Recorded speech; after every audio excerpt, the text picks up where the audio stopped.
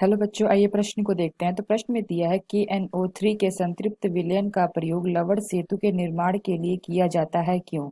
यहाँ चार विकल्प दे रखा है, ए, बी, सी तथा डी। आइए मुख्य अवधारणा की चर्चा करते हैं। मुख्य अवधारणा। तो प्रश्न में क्या दिया है कि NO3 के संतृप्त विलयन का प्रयोग लवण सेतु के निर्माण के लिए किया जाता है, क्यों? तो जब भी कोई विद्युत अपघट्य होता है तो वहाँ पे लवण सेतु का निर्माण होता है। लवण सेतु, तो जहाँ पे हम विद्युत अपघट्य की प्रक्रिया करते हैं वहाँ पे क्या होता है, लवण सेतु का निर्माण होता है। तो लवण सेतु, तो यहाँ पे जैसे हमारा कोई विलयन है, विलयन, तो इस विलयन में हम विद्युत धारा प्रवाहित करते हैं। विद्युत, तो जब हम विद्युत धारा प्रवाहित करते हैं तो ये जो हमारा विलयन है, तो इसमें हम विद्युत धारा प्रवाहित करते हैं, तो यहाँ पे जो विलयन है आयन के रूप में टूट जाता है। तो यहाँ पे एक हमारा प्लस आयन होगा, प्लस आयन, और एक हमारा माइनस आयन के रूप में अलग हो जाएगा आयन। तो ये दोनों क्या करेंगे, हमारे इलेक्ट्रोड की ओर गति करेंगे। इलेक्ट्रोड की ओर, इलेक्ट्रोड, ये जो हमारा प्लस आयन है और ये जो हमारा माइनस आयन है, यह इलेक्ट्रोड की तरफ गति करेगा। तो ये जो हमारा प्लस आयन है यह किसकी ओर गति करेगा, यह हमारा गति करता है एनोड की तरफ।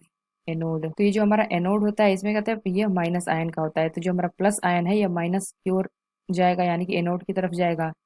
और यह जो हमारा आयन है माइनस आयन, यह किधर गति करेगा, यह कैथोड पे गति करेगा। कैथोड, क्योंकि जो हमारा कैथोड होता है वह क्या होता है, प्लस आयन होता है। एनोड पे हमारी कौन सी क्रिया होती है, ऑक्सीकरण की क्रिया होती है। कैथोड पे कौन सी क्रिया होती है, अपचयन की क्रिया होती है। तो यहाँ पे जो हमारे प्लस आयन है और यह माइनस आयन है, तो इनका क्या होना चाहिए, जो वेग है वह समान होना चाहिए। वेग, यानी कि प्लस आयन का भी वेग समान होना चाहिए, समान। और जो हमारा माइनस आयन है इसका भी वेग हमारा क्या होना चाहिए, समान होना चाहिए।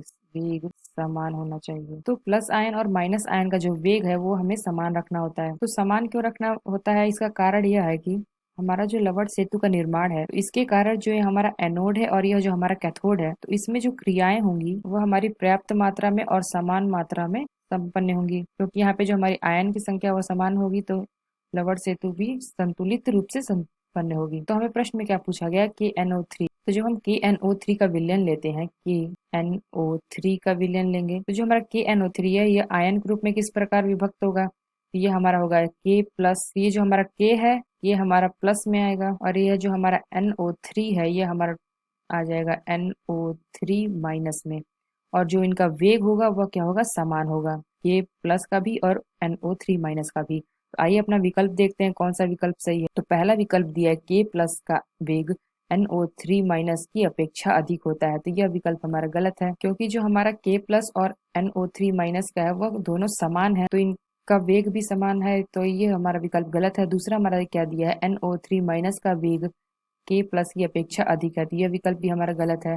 तीसरा हमारा दिया है K प्लस तथा NO3 माइनस के वेग लगभग समान है, यह विकल्प हमारा सही है। क्योंकि यहाँ पे हमने देखा कि जो हमारा वेग होता है वह दोनों समान होता है, प्लस आयन के लिए भी और माइनस आयन के लिए भी। चौथा हमारा क्या दिया, KNO2 जल में अत्यधिक विलय होते हैं, तो यह विकल्प भी हमारा गलत होगा। तो हमारा सही विकल्प कौन सा होगा, सी। आशा करते हैं आपको समझ में आया होगा। धन्यवाद।